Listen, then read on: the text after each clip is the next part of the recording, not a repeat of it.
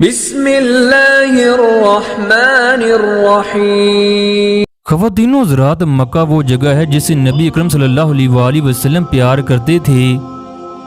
جہاں آپ کا بچپن گزرا بندہ جب ان جگہوں پر آتا ہے تو اسے ایسا محسوس ہوتا ہے جیسے نبی اکرم صلی اللہ علیہ وسلم یہاں سے بھی گزرے ہوں گے۔ انسان کے دل کی کیفیت بدل جاتی ہے، انسان ساری دنیا کے غم بھول جاتا ہے۔ ایسا محسوس ہوتا ہے جیسے انسان کسی جنت میں پہنچ چکا ہو۔ میرے دل کی یہ کیفیت ہے کہ رونے کو دل کرتا ہے۔ ان پہاڑوں سے چیخ کر پوچھوں تم کتنے خوش قسمت ہو جن کے اوپر میرے نبی اکرم صلی اللہ علیہ وسلم کے قدم لگے۔ تم نے میرے نبی کے پاؤں کو چوما، اے پہاڑوں تم خوش قسمت ہو۔ تم نے میرے نبی کے چہرے کو دیکھا، ان کی زلفوں کو دیکھا جن کی قسمیں میرے رب نے قرآن میں کھائیں۔ دوستو، اس مقام تک پہنچنے کے لیے پیسے کا ہونا ضروری نہیں، بلکہ انسان کی نیت اہم کردار ادا کرتی ہے۔ پاکستان میں کروڑ پتی اور ارب پتی لوگ ہیں جو ان مقامات تک پہنچ نہیں سکتے۔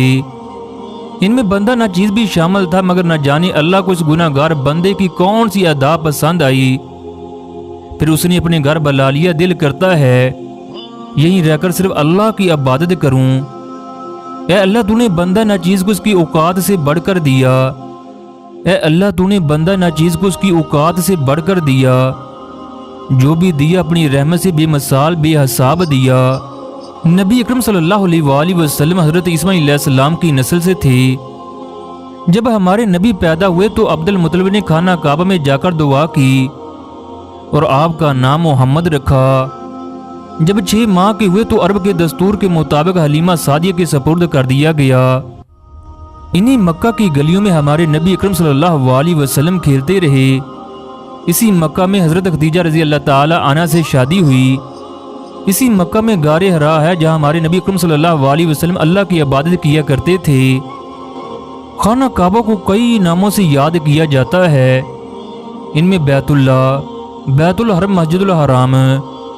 اسی مقدس جگہ پر 360 بت تھے۔ ہر قبیلے کا اپنا علیحدہ بت تھا جس کی وہ پوجا کرتے تھے۔ خانہ کعبہ کے درمیان میں ایک کنواں تھا، زیارت کے لیے آنے والے لوگ اپنے نذرانے اس میں پھینک دیتے۔ ایک دفعہ کسی نے جگہ سے قیمتی اشیاء چرائیں، چور کو پکڑ لیا گیا، چنانچہ جرم کے پاداش میں اس کے دونوں ہاتھ کاٹ دیے گئے۔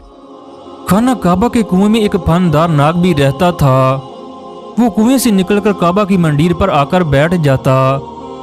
اگر کوئی اس کے نزدیک جانے کی کوشش کرتا تو اسے ڈسنے کی کوشش کرتا۔ کعبہ کی تعمیر میں یہ ناگ حائل تھا۔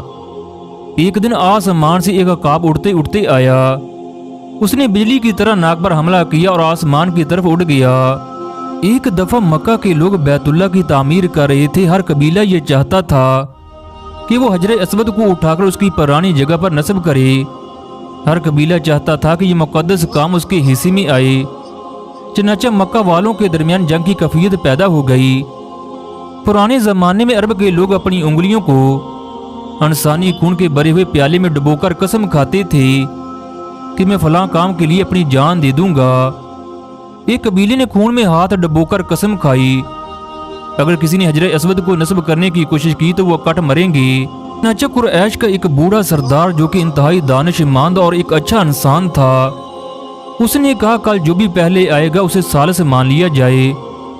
سب لوگوں نے بوڑھے سردار کی تجویز پر اتفاق کیا۔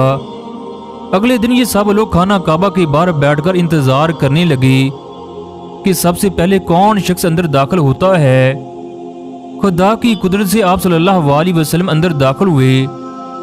سب لوگ آپ کا احترام کرتے تھے اور آپ کو صادق اور امین پکارتے۔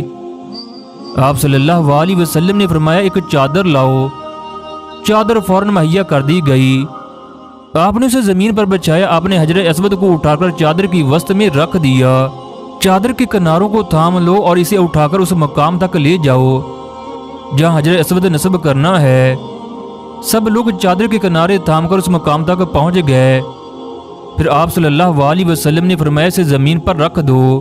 پھر آپ صلی اللہ علیہ وسلم نے حجر اسود کو اٹھا کر اس کے مقررہ مقام تک رکھ دیا۔ یوں یہ قبیلہ بڑی تباہی سے بچ گیا۔ آپ صلی اللہ علیہ وسلم جب 40 برس کے ہوئے، اللہ کی جانب سے اعلانیہ تبلیغ کا حکم آیا۔ آپ نے صفا مروہ پر چڑھ کر لوگوں کو پکارا یا صبح یا صبح، ہائے صبح کا خطرہ، ہائے صبح کا خطرہ۔ مکہ مکرمہ میں یہ نعرہ اس وقت لگایا جاتا تھا جب بہت زیادہ خطرہ ہوتا۔ آپ صلی اللہ علیہ وسلم کا نعرہ سن کر تمام لوگ جمع ہو گئے، جن میں ابو لہب بھی شامل تھا۔ آپ صلی اللہ علیہ وسلم نے فرمایا، اگر میں کہوں کہ پہاڑ کی عقب سے ایک لشکر آ رہا ہے، وہ تم پر حملہ کرنا چاہتا ہے، کیا تم میرا یقین کر لو گی؟ سب نے کہا ہاں، کیونکہ ہم نے ہمیشہ آپ کو سچ بولتے دیکھا ہے۔ پھر آپ صلی اللہ علیہ وسلم نے کہا، میں آپ کو اللہ کے عذاب سے خبردار کرنے کے لیے بھیجا گیا ہوں۔ اے قریش کے لوگوں، اپنے آپ کو اللہ سے بچا لو، میں تمہارے نفع نقصان کا اختیار نہیں رکھتا، نہ تمہیں اللہ سے بچانے کے لیے کچھ کام آ سکتا ہوں۔ تم سب لا الہ الا اللہ کے قائل ہو جاؤ، ورنہ تم پر شدید عذاب نازل ہوگا۔ یہ سن کر سب لوگ، جن میں آپ کا چچا ابو لہب بھی تھا، برا بھلا کہتے ہوئے چلے گئے، کہنے لگے تم تباہ و برباد ہو، تم نے ہمیں اس لیے جمع کیا تھا۔ ایک دن آپ صلی اللہ علیہ وسلم خانہ کعبہ میں توحید کا اعلان کر رہے تھے، کفار مکہ آپ پر ٹوٹ پڑے۔ آپ صلی اللہ علیہ وسلم کو بچانے کے لیے حضرت خدیجہ رضی اللہ تعالی عنہا کے پہلے شوہر کی اولاد آئی۔ کفار مکہ نے ان کو اتنا مارا کہ انہیں شہید کر دیا گیا۔ نبی اکرم صلی اللہ علیہ وسلم کو حضرت حمزہ سے خاص محبت تھی۔ وہ آپ صلی اللہ علیہ وسلم سے 3 سال بڑے تھے، دونوں نے صوبیہ کا دودھ پیا۔ ایک دن حضور اکرم صلی اللہ علیہ وسلم صفا مروہ کی پہاڑی سے گزر رہے تھے کہ آپ کا سامنا ابو جہل سے ہوا، جو آپ کا ازلی دشمن تھا۔ اس نے آپ کو تنہا دے کر گالیاں دیں اور سخت بد کلامی کی۔ آپ صلی اللہ علیہ وسلم خاموش رہے اور کچھ بھی نہ کہا۔ پھر اس بدبخت نے نبی اکرم صلی اللہ علیہ وسلم کو پتھر مارا، جس کی وجہ سے آپ شدید زخمی ہو گئے۔ پھر وہ خانہ کعبہ میں قریش کی مجلس میں جا کر بیٹھ گیا۔ ایک نیز صفا مروہ کی پہاڑی پر کھڑی یہ معاملہ دیکھ رہی تھی۔ حضرت حمزہ رضی اللہ تعالی عنہ جب شکار سے واپس آئے تو کنیز نے سارا ماجرا سنا ڈالا۔ حضرت حمزہ غصے سے بھڑک اٹھے اور ابو جہل کی تلاش میں نکلے۔ تلاش کرتے کرتے جب انہوں نے ابو جہل کو پایا تو کہنے لگے، تو میرے بھتیجے کو گالیاں دیتا ہے، تیری اتنی جرت ہے؟ میں بھی اسی کے دین پر ہوں۔ اس کے بعد کمان اس کے سر پر ماری، جس کی وجہ سے وہ زخمی ہو گیا۔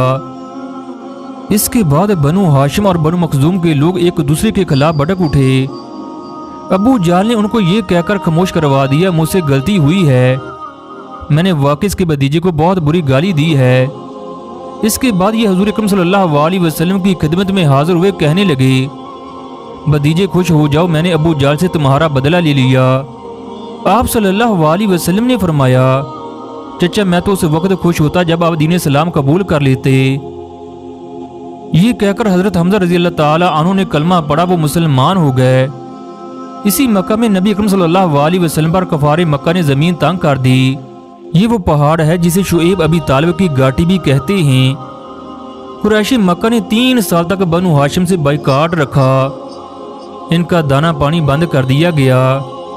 قریش کے تمام قبائل نے آپس میں معاہدہ کیا کہ جب تک بنو ہاشم کے لوگ محمد کو قتل کرنے کے لیے ہمارے حوالے نہ کر دیں، ہم اس معاہدے پر قائم رہیں گے۔ ان لوگوں نے ان باتوں پر اتفاق کیا۔ کوئی شخص بنو ہاشم کے خاندان سے شادی بیاہ نہ کرے، کوئی شخص ان کے ساتھ سامان کی خرید و فروخت نہ کرے، کوئی شخص ان سے میل جول ملاقات بات چیت نہ کرے، کوئی شخص ان کے پاس کھانے پینے کا کوئی سامان لے کر نہ جائے۔ تمام مکہ کے سرداروں نے اس معاہدے کو قبول کیا اور خانہ کعبہ کے اندر آویزاں کر دیا۔ ابو طالب بنو ہاشم کو لے کر پہاڑ کی گھاٹی پر چلے گئے، جبکہ ابو لہب قریش مکہ کے ساتھ تھا۔ بنو ہاشم کے لیے زمانہ اتنا سخت تھا کہ وہ درختوں کے پتے اور سوکھے چمڑے پکا کر کھاتے تھے۔ ان کے بچے بھوک اور پیاس سے تڑپ کر روتے۔ قریش مکہ نے پہاڑی کے ہر طرف پہرا بٹھا دیا کہ گھاٹی کے اندر کوئی دانہ پانی لے کر نہ جائے۔ مسلسل 3 سال کے بعد قریش کے کچھ لوگوں کو ترس آیا۔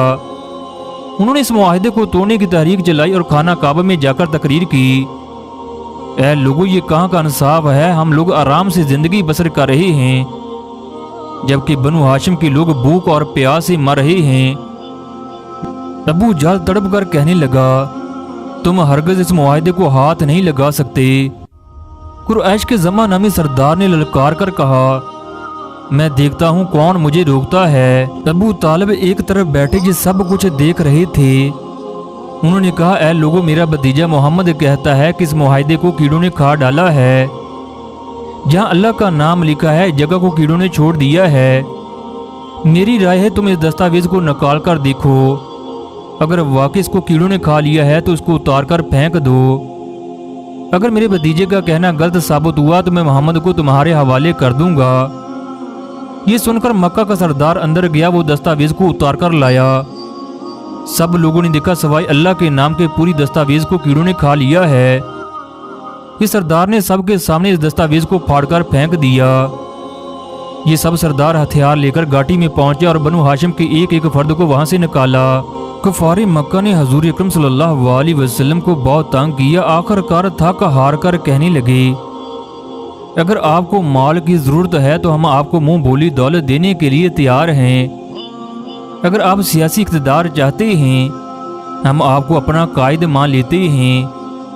آپ صلی اللہ علیہ وسلم نے فرمایا اگر قریش کے سردار میرے ایک ہاتھ پر سورج اور دوسرے ہاتھ پر چاند رکھ دیں تو بھی میں اپنے مشن سے پیچھے نہیں ہٹوں گا۔ دوستو، اس مقام پر پہنچ کر مجھے تو حضور اکرم صلی اللہ علیہ وسلم کے ساتھ آنے والے واقعات یاد آنے لگے۔ میرے نبی صلی اللہ علیہ وسلم نے اس جگہ پر کس قدر ظلم سہے۔